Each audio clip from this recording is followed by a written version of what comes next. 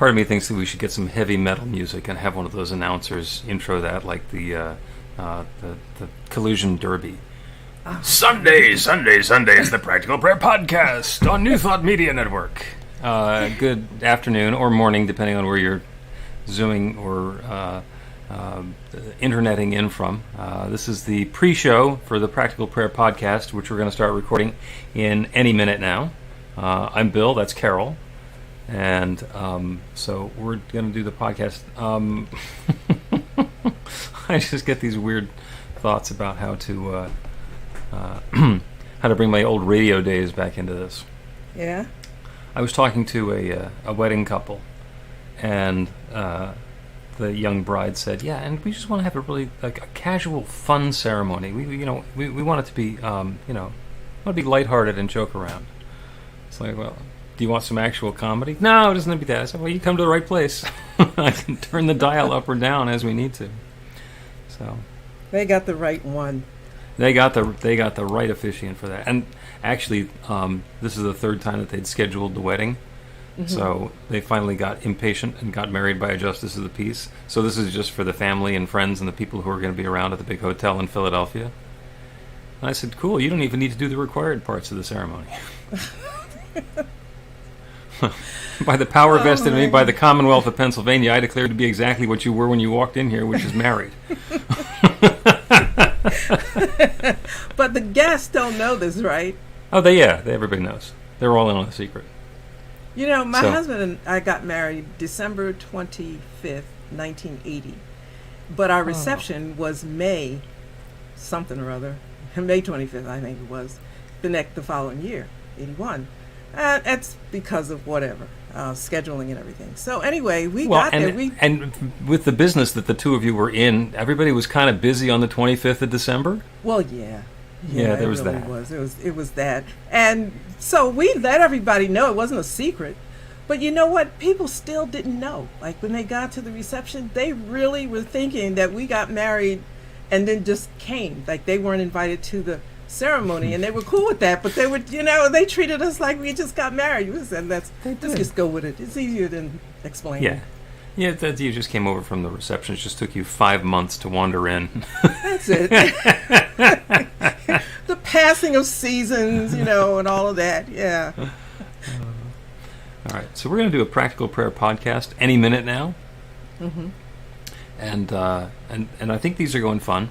If there's anybody either in the comments now or by going to BeTheLight.com wants to put in a message about a prayer that you would like us to do as part of the podcast, or if there is some topic that you would like us specifically to cover, by all means, we are open to innumerable possibilities.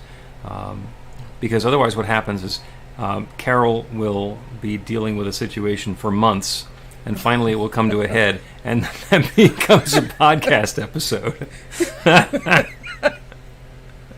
Because I'm so go ahead. Tease me in front of the whole world. I'm not teasing. I'm observing how things work. I'm just slow. Okay? I'm going to think it through. Like my husband says, I'm looking at her. She's walking around it. I'm just going to walk around it until, I'm finished. And usually it takes months. So you're right. Yeah. By the time I tell you, I've been messing with it. All right. Well, here's what we're going to do.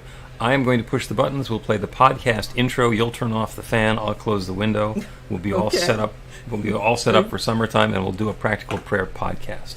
Got it. Ooh-wee. Hold your breath and duck under the big wave.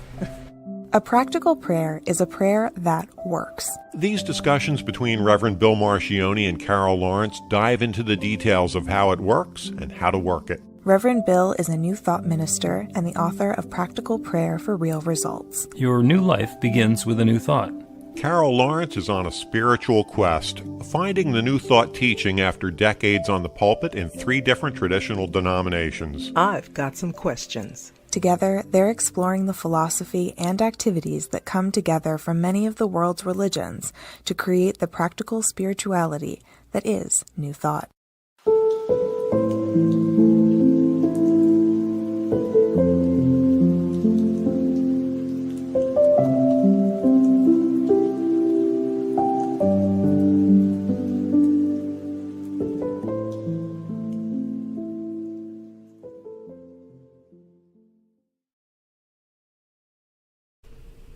Welcome to the Practical Prayer Podcast. I'm Carol, here with Reverend Dr. Bill Marchiony. And you got a big topic this week. Yeah. It gets, you know what? I thought about it and it goes, here's where it might have started. Or at least one of the things came to me. I took a class with you back in 2020. And I can see the page that it was on, the diagram was on. I just can't remember, but you'll know how you go. Like sometimes you're up here, and then sometimes you're not, and then sometimes it's like things that you know. Maybe it's like a level of consciousness or something, and then and when you said it that day, I'll never forget it. I thought, well, once you get here, I thought you were here.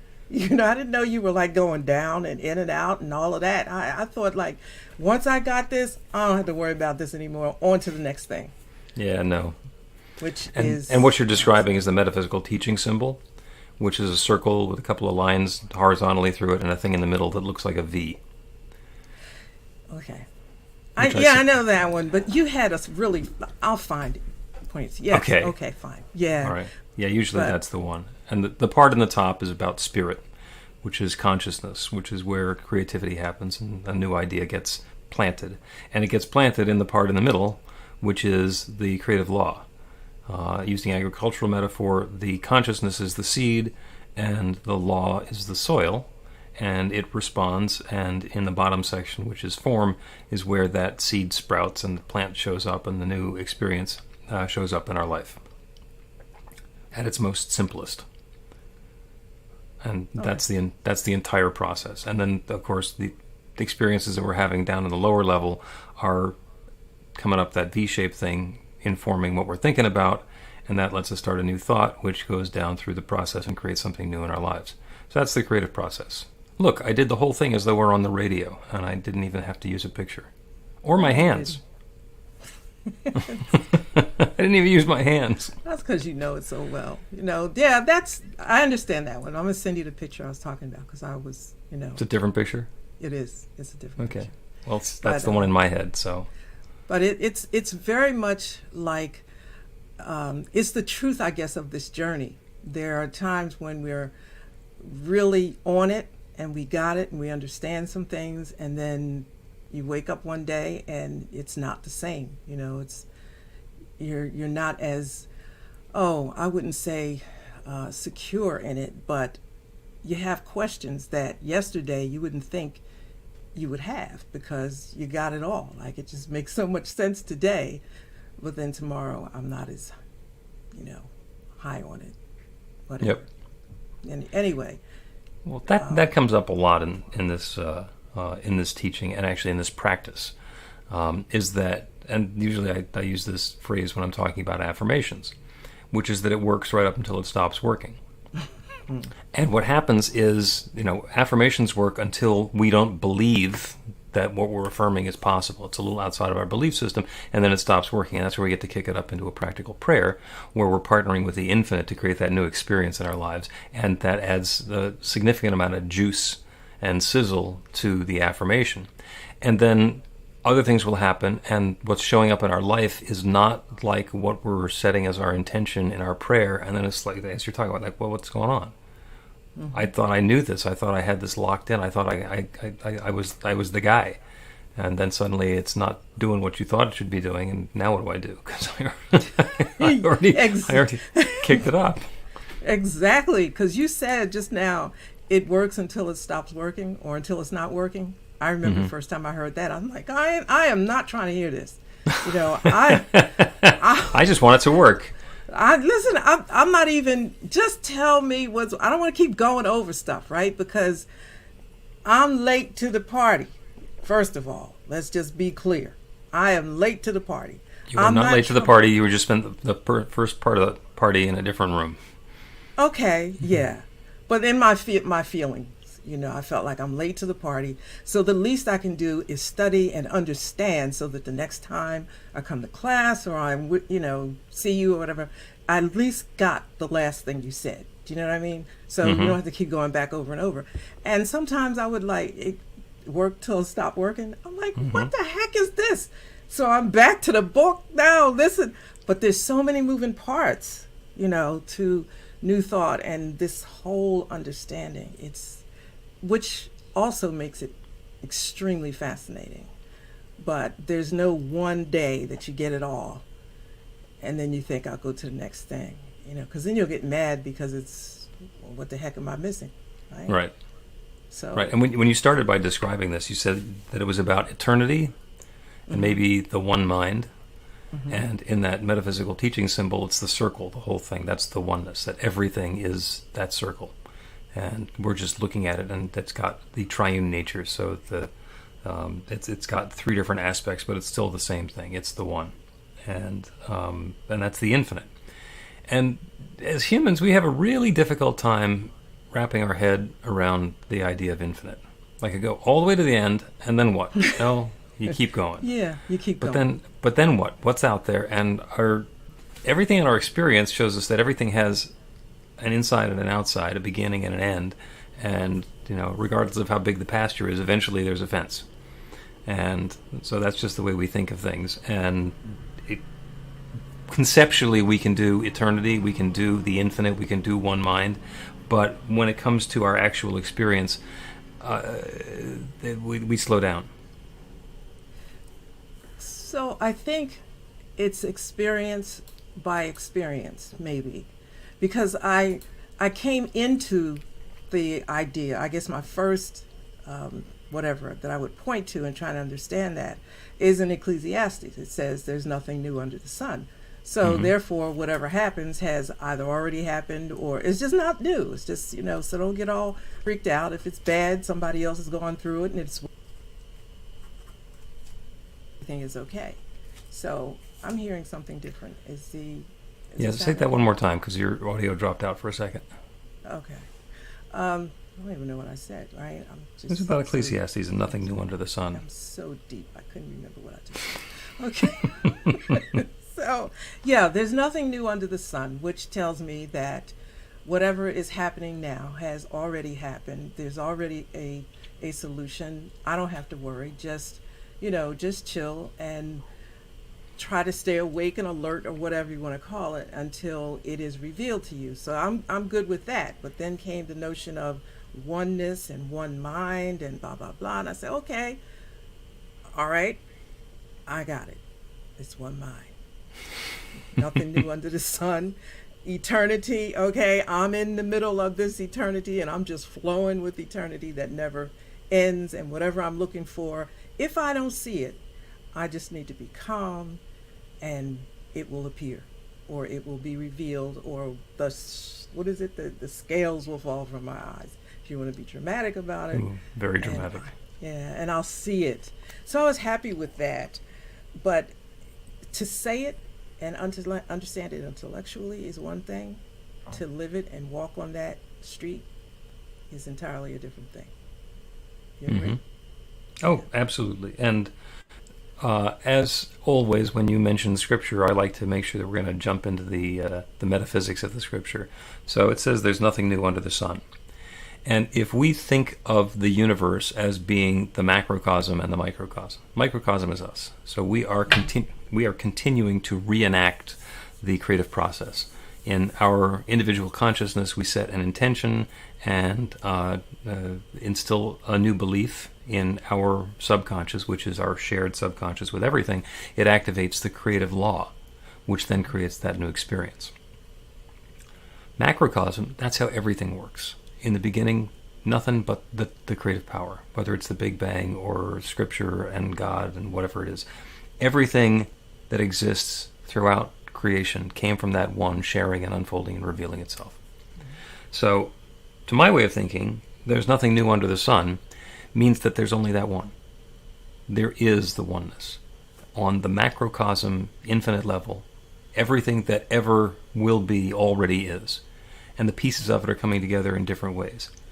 That doesn't mean that there's not going to be a completely novel experience for Carol or somebody else who's listening to this podcast, because there's stuff that's never happened to us, stuff that we've never seen in the world around us, that suddenly, through that creative process, reenacting on our own individual level, brings something new into being, to create a new recipe for something that's never been prepared before, or to build an invention that's never been invented before, or a work of art, or a piece of music, or any of the other creative endeavors we're involved in, for an accountant to figure out a novel way of categorizing the expenses and the income.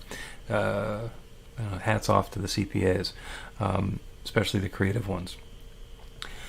There's definitely something new under the sun where I'm casting a shadow. So big picture, no. Little picture, it's all new. I mean, it would be pretty ridiculous to call this new thought if we thought there's nothing new. It's like, that's the wrong name. It kind of, I see what you're saying, but I guess from where I'm probably a few steps behind you, it just kind of works okay like that, because there's nothing new under the sun. It is to me that everything that was created or is created is already there, and it evolves. Our consciousness or whatever unfolds. My gifts to bring forth that which is already there is different than somebody else's gifts. So, what I do and what somebody else does may be the same thing, but mine is going to be different. But it all comes from spirit. Like when I design a course, I don't ever think that it's, whoa, did you see what I just came up with? This is right, like I'm deep. No, it's not that. I just feel that at some point I connected or was in alignment, and this unfolded before me. I could see it, or I drew it in, whatever you want to call it.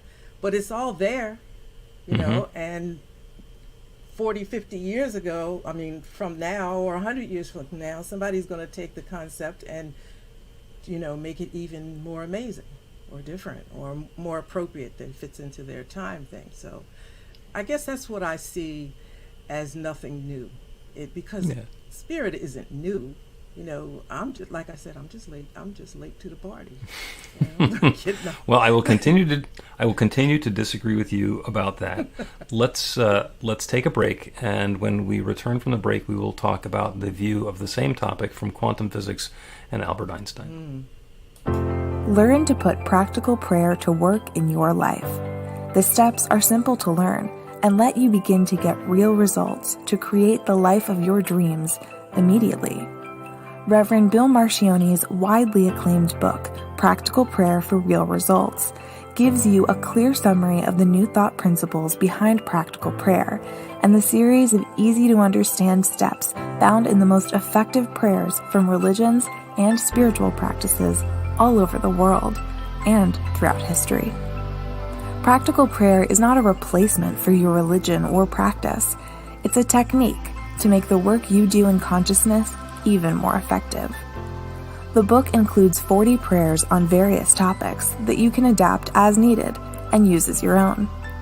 Practical Prayer for Real Results is available in paperback, Kindle, and audiobook on Amazon or at b-the-light.com.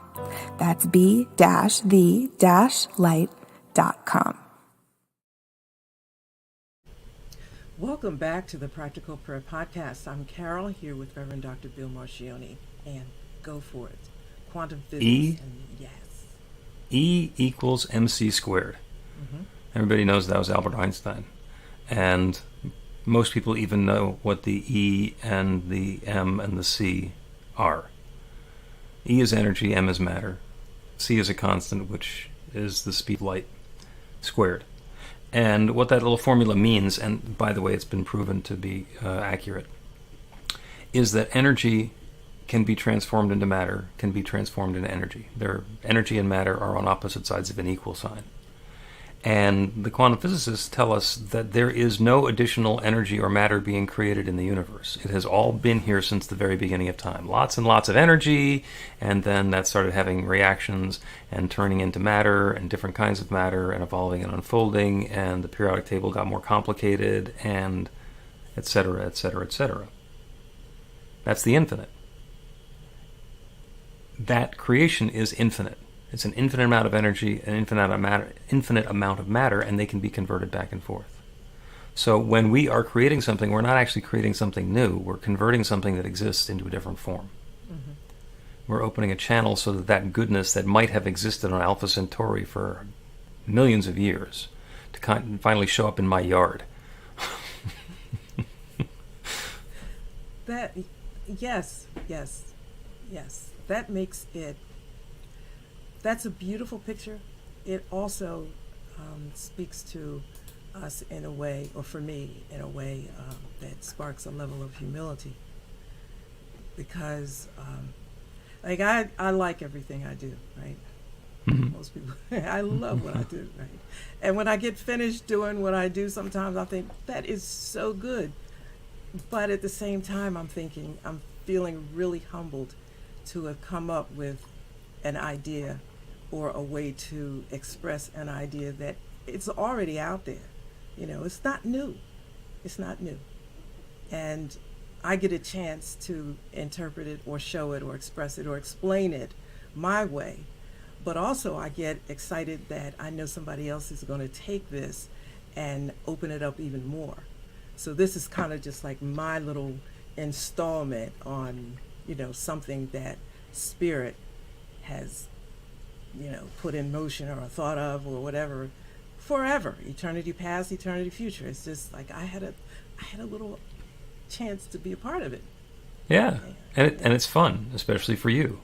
Mm-hmm. For you, it's a real rush to be able to put the pieces together and come up with a way to explain things that you haven't heard before. And when you tell them to people who are interested in hearing you talk, that they light up and they go, oh, now I get it. Mm-hmm. Where there was confusion before, now there is understanding, and you get a kick out of that. I do. Well, that's how the one mind shows up in lots of different ways. It's showing up through you, for them, in them, and then the cycle continues back because it is the fact that you're watching the light bulb over their head go on that drives you to want to do it some more, because that's the fun part for you. That's the fun part. Then, but the not so fun part is what I was telling you about in the pre-show.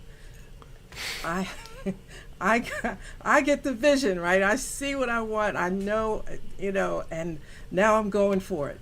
And I'm thinking, but wait a minute. Where's the part that makes this happen? Where did I get this idea anyway? Okay, hold on, Lawrence. There's nothing new under the sun. Fine. Where is it? Right? And so then I'll go and I'll practice all my meditation and everything that you're supposed to do to make it work, and ain't nothing happening, right? but what just happened recently was that I just got I threw my hands up and I said, look, I'm just gonna have to change this whole thing because my clock is running out. I don't have as much time as I thought. I'm just gonna do this. And for the project, you're not talking about life. You're just talking about your... No, like no, I got so much. Just clearing that up for the people who are listening. No, I'm going to be here for a long time. But I know it because I got so much stuff to do. I ain't going to be going nowhere. But my clock, you know, was getting short. And I thought, okay, I'm just going to have to pull this off the shelf and do this. And I don't like that. You know, I don't like that idea because it feels like I'm not doing my best, my ultimate best. Blah, blah, blah. So I went on to do something else and discovered the how-tos, you know, all that I needed, I already had. I just tossed it aside thinking that wasn't relevant, and it was absolutely, totally relevant. It can't possibly be this simple. It couldn't possibly be this simple. It couldn't be sitting there in front of me because then what would my skill is searching out little detailed things, and how would that use my skill? Well, that's even deeper than I thought. Like, I'm just thinking it was right there. And all this time, I'm saying, Spirit, show it to me. I know it's here. Show it to me. And then I'll go through a period where I'm really calm because I know that it's going to be there because it's right in front of me. That's my whole thing. You know, I tell people, don't worry. You're going to see it. It's right there. But I didn't see it until I saw it. Right. And it wasn't like it wasn't there. It kept on showing itself to you. And you said, no, that couldn't be it. That can't possibly be it. I can't tell you how many times it showed itself to me, and I pushed it aside, and it was like there 3 months. 3 months. 3 months. If I knew it 3 months ago, if I paid attention to it 3 months ago, my back would not be against the wall like I feel like it is now. And so I thought, okay, this really isn't about this project. It's about me and the way I am going about things. Right? Yeah, and for whatever reason, you weren't ready to take it in that direction yet. So even though it was sitting there right in front of you, you didn't see it right there. Yeah, it's like, how many times have you gone through your purse or your pockets or the dresser where you know that you put that card or those keys or the pen or whatever it was, and you look in there 6 times. You look in your handbag 6 times, and it's not there. And you say, I should look in the handbag again. You say, no, I've already looked in there. And then you finally get around to it, and you look in there, and the 7th time, there it is. There it is. Now, the universe has a sense of humor, but it does not have like the pickpocket sense of humor where it's actually going to slip your keys into the handbag after 6 looks. What'll happen is you'll finally notice, oh, they're right there. They're right there. That's a scotoma, something, I think I'm saying it right, where something is, you're not looking for it, so you don't see it, and then somebody else is standing right there and it just appears. I think, like, I've heard the universe has a sense of humor. Oh, yes. I don't particularly appreciate that because, like, don't be laughing at me while I'm frustrated. That's what it feels like. But the other side of it is, it's because I'm frustrated and whatever that I'm not seeing. Yeah. Well, the universe having a sense of humor is not about mocking you for not getting it. It's about encouraging you to lighten up a little bit, to not take it so seriously. It's like, it'll happen, it'll show up, you will find it when you need to find it, and the less urgency and control you have about it, the more likely it is that it's just serendipitously going to show up in front of you. You're telling my life story to everybody out here who's listening. Because I'm so ridiculously serious, I bore myself sometimes. I love it. Because I want something. I want this to happen. As soon as I finish this, I can have fun. But right now, this is what's on the table. And I'll be walking up and down the halls thinking, okay, it's right there. Take a deep breath, breathe 4 times, sit in the meditation, get it, because it's right there. It's like not hidden. So why the heck you can't see it, Lawrence? Mm-hmm. Well, and why is it that you think that once you get finished with this serious project, then you're going to get to go have some fun? When in fact, you have fun doing the serious projects. Yeah. Okay. That makes me even more boring. Thank you very much. That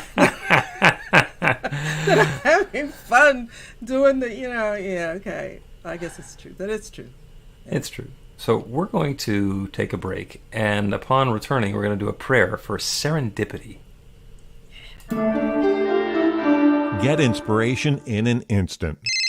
God calls are the gentle and uplifting moment of truth to help you remember that the bright light of God's love is shining right now as you. It's your God Call with Reverend Bill. Start your 2-week free trial today, and you'll get a phone call 4 times a week from Reverend Bill with an uplifting half-minute message filled with insight, wisdom, story, and fun. Let your light shine. You can answer the call to listen to it live or let it go to voicemail so you can hear it later.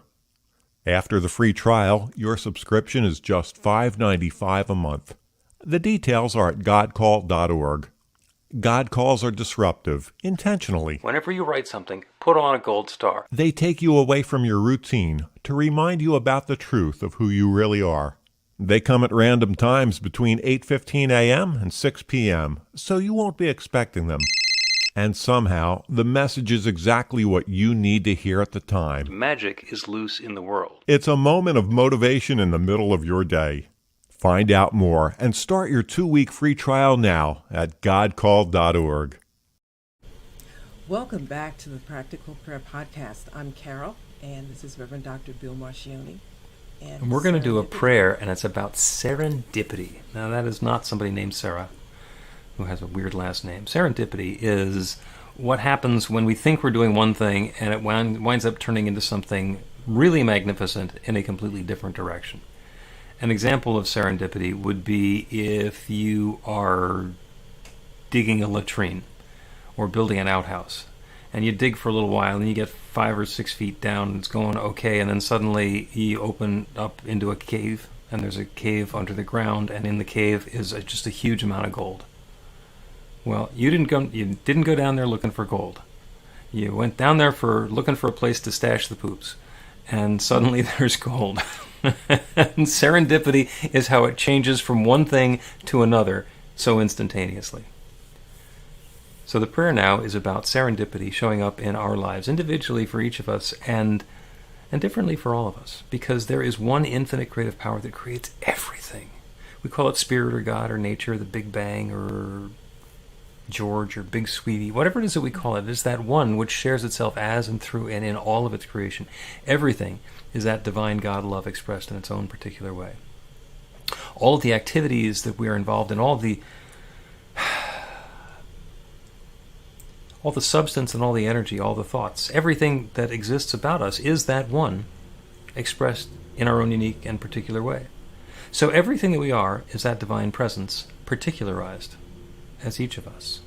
And so as we go about our daily activities and we set our intentions for the good that we wish to have filling our lives, we let loose the thought that those things need to be connected. We let loose the thought that those need to be connected. I am not going to do this over here to get that result over there. Now, there might be some activities that are required of me, some involvement that I will have, some steps that I get to take. But we're turning it over to that infinite creative power. So as we get the idea for the tone and texture and flavor and nuance of that new experience, that new activity, that new whatever it is that we're bringing into life, as we set the intention, as we get the idea, the inspiration for that, we let loose the idea that we know how to do it, or we have to figure out how to do it. We need to understand exactly what the steps are, what the recipe is going to be, what the procedure is for bringing that into experience. And that's what we take into prayer. And we turn that intention over to that infinite creative power that creates everything. It goes beyond our understanding, our awareness, what we believe we can do ourselves, and invites that infinite creative power that creates everything to create this newness. And part of it happens through the natural unfolding of events, and part of it happens through the guidance that we get of what is the next perfect step for me to take. Sometimes something that's completely obvious. I know I need to do this now. And sometimes it seems like it's a complete distraction, and it's saying to dig a hole when we think that we should be looking for gold. And we follow that guidance, and we take the steps, and we open and allow. We surrender our attachment to how we think it's going to work, and open ourselves up to that great creative power. And the divine creates that. And it's doing that for each of us. For whatever it is that we are setting the intention, opening our invitation for, the infinite is now creating that in our experience, opening the way for that good to appear in our lives. And each one of us is aware of the guidance. Each one of us, to the greatest degree possible, has that willingness and ability to step forward on that next new path, to take that next step, to take that next step after that, and to continue in that iterative process of knowing the truth, inviting that newness, and taking the steps. And then, bam, suddenly there it is. Whatever good we have been seeking has been seeking us, and we show up in harmony and connection with it. And that's how this good is unfolding in our lives. That's how love reveals itself more fully in the world. That's how the infinite creative power is creating on behalf of each of us and all of us. And I'm grateful for it. I'm grateful for the awareness of the process. I'm grateful for the way that this good is unfolding. I'm grateful to be able to speak this word and release it into that creative law. And to know without any question, doubt, hesitation whatsoever, that that law is already responding. It's already saying yes. And so I let it be. And so it is. The Practical Prayer Podcast with Reverend Bill Marchiony and Carol Lawrence is a production of BeTheLight.com. be-the-light.com. Where you can find more information about practical prayer for real results. Our theme is by Music of Wisdom. You can learn about the spiritual community of New Thought Philadelphia with daily guided meditations, Weekly celebrations of spirit, and Reverend Bill's classes in practical spirituality at newthoughtphilly.org.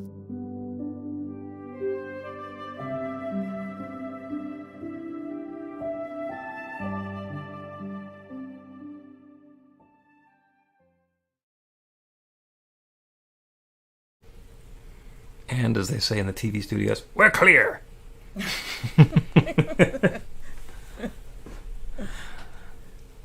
That was a good one. I like that one. I love the actually I love the metaphor before the prayer, which I thought of like during the break, because usually that comes up as my inspiration from the Beverly Hillbillies, where Jed Clampett is going out shooting squirrels, and he strikes gold. Yeah. That's like classic serendipity. But I say, I don't want to do that one again. So dig in a hole and you come up with the gold. What kind of a hole? Oh, let's make it really a miserable hole. Let's make it an outhouse. That's great. So this what I'm doing, right? I'm digging this hole. It's going to be better than I thought.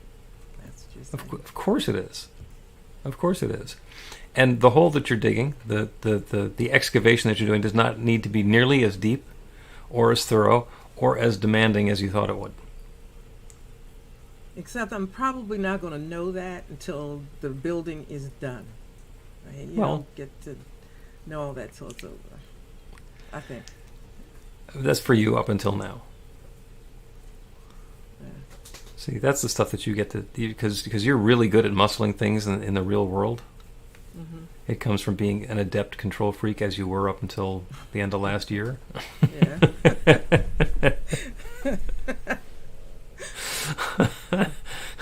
And as we let go of that, as we let go of our need to control, then suddenly we get to do what's ours and get to let go, and then see what else happens. Yeah. I think I'm still a rookie. Right? Okay. Yeah. Yeah, because I don't know when to. It looks. Yeah. Okay. We'll see. I guess we'll see what ends up being. Yeah. You know what they call a rookie in the NFL? What? A professional football player.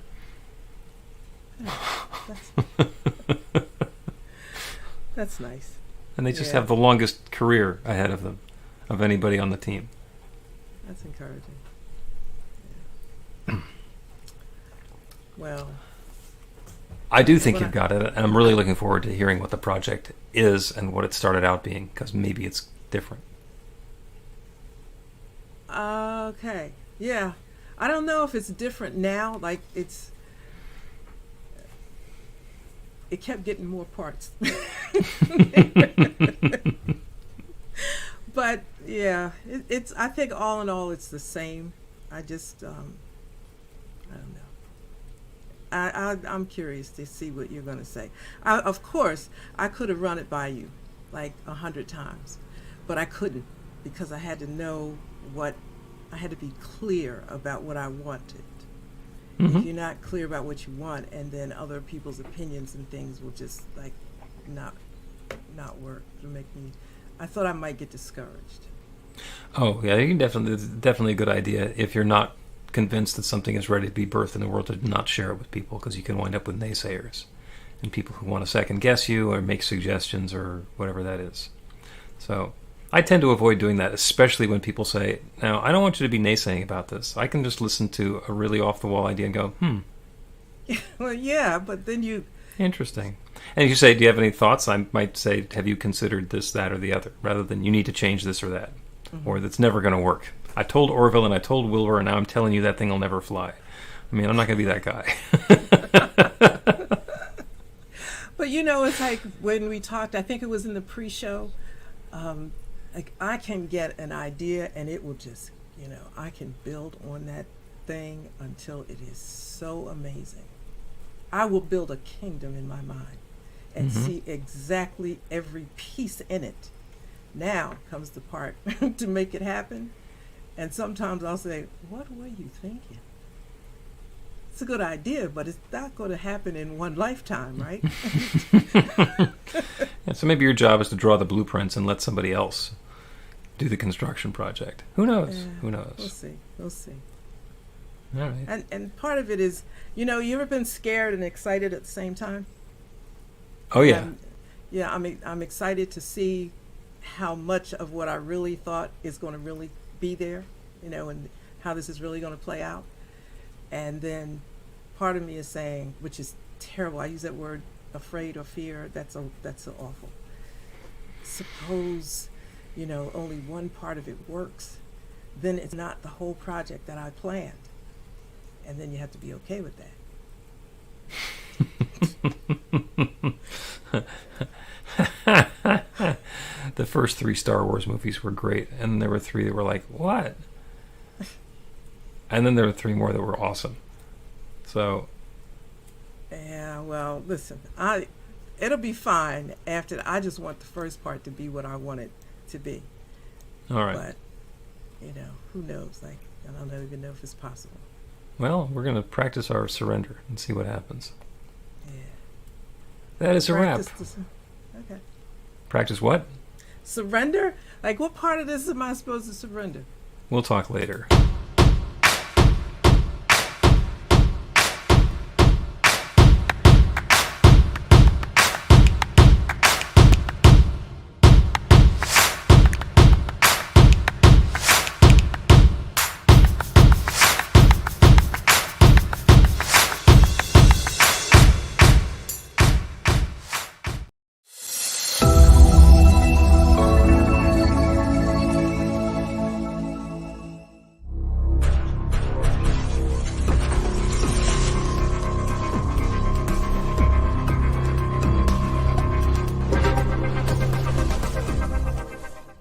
New Thought Media Network. We are a global broadcast network of positive music, media, and entertainment, inspiring humanity's evolution along the journey of enlightenment and creating a world of love, peace, empowerment, and prosperity for all. New Thought Media Network. Positively inspiring.